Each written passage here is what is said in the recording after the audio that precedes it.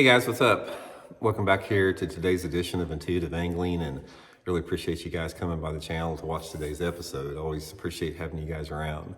Guys, today we're going to be doing a video I've been wanting to talk about for quite a while, and I want to discuss this entire thing as far as, like, I don't want to call them like the good old days, but is the sport of bass fishing as we know it, the art form of bass fishing as we know it, is it gone for good? Is it never coming back, or is it? And I want to get into this in detail and sort of explain to you what I'm talking about. We've alluded to some of this stuff in the past, but I've never really talked to the depth that I'm going to in today's video about it, because it has a lot to do with, not only the success you're going to have as an angler, but the overall, future of the sport as we know it, and, as we love it. I mean, I think most people that watch this channel, unless you're just starting out bass fishing, you do have a love for the sport, and we're all very protective of that. So we're going to get into that in today's video. Also, guys, I wanted to extend a big thank you before we get started to everybody out there that has taken time to support Intuitive Angling. If you're subscribing to the channel, or if you're a channel member, or if you've been using and bookmarking my Tackle Warehouse link for all your tackle purchases, a big thank you from me and my family, because you guys are the reason this channel's on YouTube. Really appreciate that. Okay, guys, let me show you something real quick before we get started here. I want to show you this. You guys may have seen this. See that picture right there? That's my dad, and that's his best friend, Jack Thompson, right there. And that picture was taken, that bass was taken at Table Rock Lake back in the late 1960s. And I actually remember when they caught that bass on a purple flip-tail worm at night down in June at Table Rock Lake.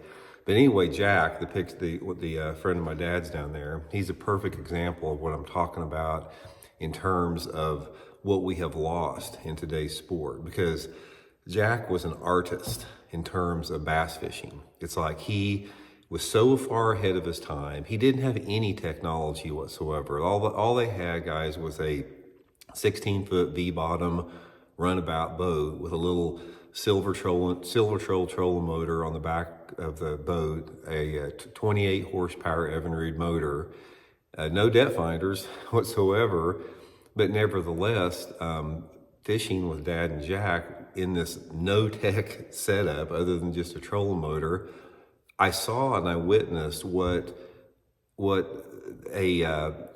mastery of the sport was, what an art form of the sport was, from the level that it needs to be at. And that level that I'm talking about is terms of stealth and casting accuracy and awareness and instincts and intuition. That's what you had to rely on back then, with no technology or some of the rudimentary gear that they had. Because back then, the only two things that they used, they had a Mitchell 300 spinning reel, or a Mitchell 308, like 8 or 10 pound test blue monofilament line, and an old Abu Garcia 5000 reel, with the little bitty handles on it, again with the blue fluorescent monofilament line on there, and just a handful of lures, like a hellbender, a purple flip-tail worm, maybe black flip-tail worm, something like that. And they were able to go out there and bass fish and catch hogs all the time doing that. And fast forward a little bit, after and with Jack here, not only we fished Table Rock Lake, but we would wade creeks a lot together. And Jack would teach me how to sneak up on these little eddies in the creeks and make accurate casts with that little Rapalamino into the back eddies of the current, and just be stealthy and, go upstream so the sediment doesn't flow down to where you're fishing. Just basic stuff like that, but an awareness for your environment that was necessary to catch fish that we are rapidly losing right now.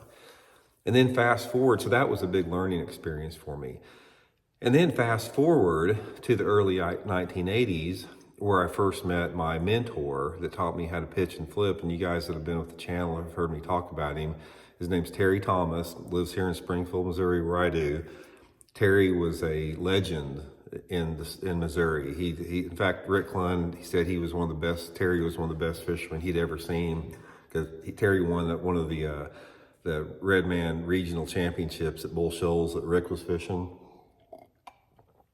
Just one of those guys that won like tons of boats, like won 20 boats. Just dominant force in this part of the country. and would have been a superstar in the sport had he chose to do that, but he didn't want to travel. But anyway, I had the opportunity for Terry to sort of take me under his wing a little bit and teach me how to pitch and flip and how to fish tournaments and how to win tournaments. And that particular short period of time that I had fishing with Terry and seeing how his mind worked as far as how he approached the water, and he was always thinking in terms, it's like, okay, what do we need to do to get these big fish to hit? Wasn't anything about going out and catching a limit. It's like, what do we need to do to catch the winning fish?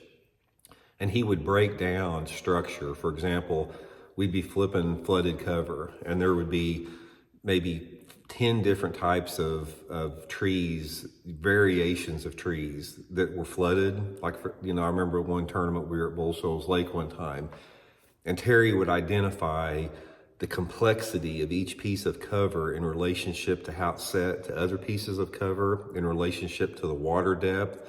And then he would figure out the exact lure combination, the color and the size and the profile of the pitching and flipping bait based upon the conditions, the water clarity, sunlight conditions, mood of the fish. And he would break this process down into an art form that required a tremendous amount of awareness and intelligence. And then I was able to make a career out of that from what I learned a lot from like Jack wading those creeks and the little boat and fishing with Terry. I was able to take those experiences and forge my own career and make a living in the sport for over 30 years by fishing like that, by trying to turn bass fishing into an art form through this incredible heightened sense of awareness and these primal primitive instincts that we all have as fishermen as far as hunting fish. And one of the things that I've always prided myself on, and one of the things that always attracted me and everybody else to the sport, was the aspect of the unknown and the hunt.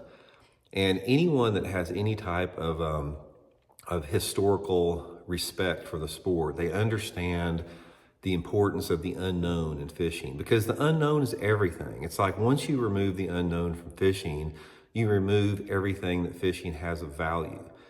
And this is what I'm saying right now, guys. When you hear me harping on how live scope sucks and technology sucks, this is what I'm talking about. Because those times that I learned how to fish with the masters back in the day, that doesn't exist anymore. When you have a generation of anglers out there that they don't know anything except turning on a live scope and getting out there, turning that screen on and just having their eyes glued to a fake world. It's fake. That's all it is. It's an artificial reality that isn't, and that's why I call it an umbilical cord to success, because it is. There's nothing, there's no redeeming quality whatsoever. There's no art form in it. There's no respect for the fish. There's no respect for yourself. There's no respect for anything around there. And you demean that and you diminish all of the power of the sport by using that level of technology. Now, I think there's something to be said. I don't think there's anything wrong with having a piece of technology that tells you how deep the water is. And for me, like 2D sonar basically does that. I don't use 2D sonar to locate fish or to locate bait fish. Yeah, if I see one, big deal. But most of the time, if it just told me the water was 20 foot deep, that's all I need to know. And I think and that's something that you can access to yourself. If you had to, you could just drop a weight down there and measure your line how long it is. But when you start treading into that level of technology that removes all of that, which what we have right now, that is when you cause problems. And that's why you see the sport is in such a state of distress right now overall, is because we have got people in positions of power that, for lack of a better word, they're either apathetic, they're unaware, or they're ignorant. It's one of the three. Same with politics. I mean, the same thing will cover politics. It's one of the three. Maybe a combination of a little bit of all three of them. But the thing that I want to talk about in today's video, and the point that I want to make, is we have got to bring that art form back to fishing, because the art form is where the power lays. It's where the therapy lays. It's where the history and the respect within the sport lays. It's when it's everything that we hold dear in fishing is connected to that mystery and that magic and that unknown that we are rapidly removing every single day from our fishing. And I'll keep hammering this into everybody's mind until the day I stop doing YouTube videos, because it is so critical. Because a lot of these people, it's like if you're a flat brim and live scoper right now, say you're 20 years old and you got the funds to get you got all the freaking bling on your boat, you've got 6 units, and you get out there and you put your L34 transducer in the water and you're scoping everywhere. I feel sorry for you, because it's not your fault, man. It's not your fault, because you didn't have mentors like Terry Thomas and Jack Thompson to teach you the primal primitive skills in fishing. You have been exposed to the artificial realm of fishing from the start. And that's just not really fair, because there are certain people that have pushed that on us. And that's why I always villainize the tournament directors and the electronic companies, because they're the two people that are responsible for that. One of the things I always want to make clear in this video is I goof on live scopers, but I'm not insulting those people as individuals. I understand that they have to do that. I understand that they have been fed a lot of misinformation that sort of justifies that way of fishing by those entities like the tournament organizations and the electronic companies, which are the true villains in this deal. And I don't know what their intentions are. A lot of these people, if you look at bad intentions, you always have to look for money. So anytime that you're dealing with something that's questionable on intentions, follow the money. Same with politics, same with bass fishing, same with whatever, tournament organizations. Money corrupts. Money is truly the root of all evil. The love for money, the power and the greed that comes with that. So I don't know what their intentions are, if it's making money or if they think they're trying to better the sport. I don't think they're trying to better the sport. If you work for an electronic companies and you're in the R&D department, and you design this unit that's going to cost 10 grand, but everybody's got to want to have it, there's a motive behind that. So point of the video, guys, is I've got to continually hammer this home to everybody. I mean, continually, because we can't ever normalize it. The problem that we have, and you see this again in politics with bad policy and, policy that's bad for everything, and bad behavior. People tend to normalize stuff like that because they get numb to it. They get numb to bad behavior. They get numb to things that are not good for them, especially if it's hammered over and over again. So unless you constantly bring to the awareness the destructive element within technology and sport and the sport of fishing, what's doing to the sport, it will be normalized and it will become part and ingrained within the sport permanently. So that's why we've always got to call it out. We've always got to be aware of it. We've always got to keep bringing it up. We've always got to keep beating the dead horse in some people's mind until we get it changed. Because I can tell you right now, guys, I have been in the sport for over 50 years. Through the good and the bad, I've seen more in this sport than 99.9% of the guys watching this video have on every level of the sport. And I can tell you, we are not in a good place right now.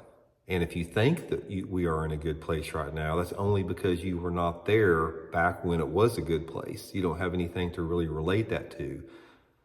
The best times that fishing ever has or ever will have is when you have those artistic forms that require those instincts like intuition and instinct and primal skills and awareness and stealth, all the stuff that goes with that. That's the PowerPoint of it that we need to bring back. So anyway, guys, hope you are well. We'll talk later.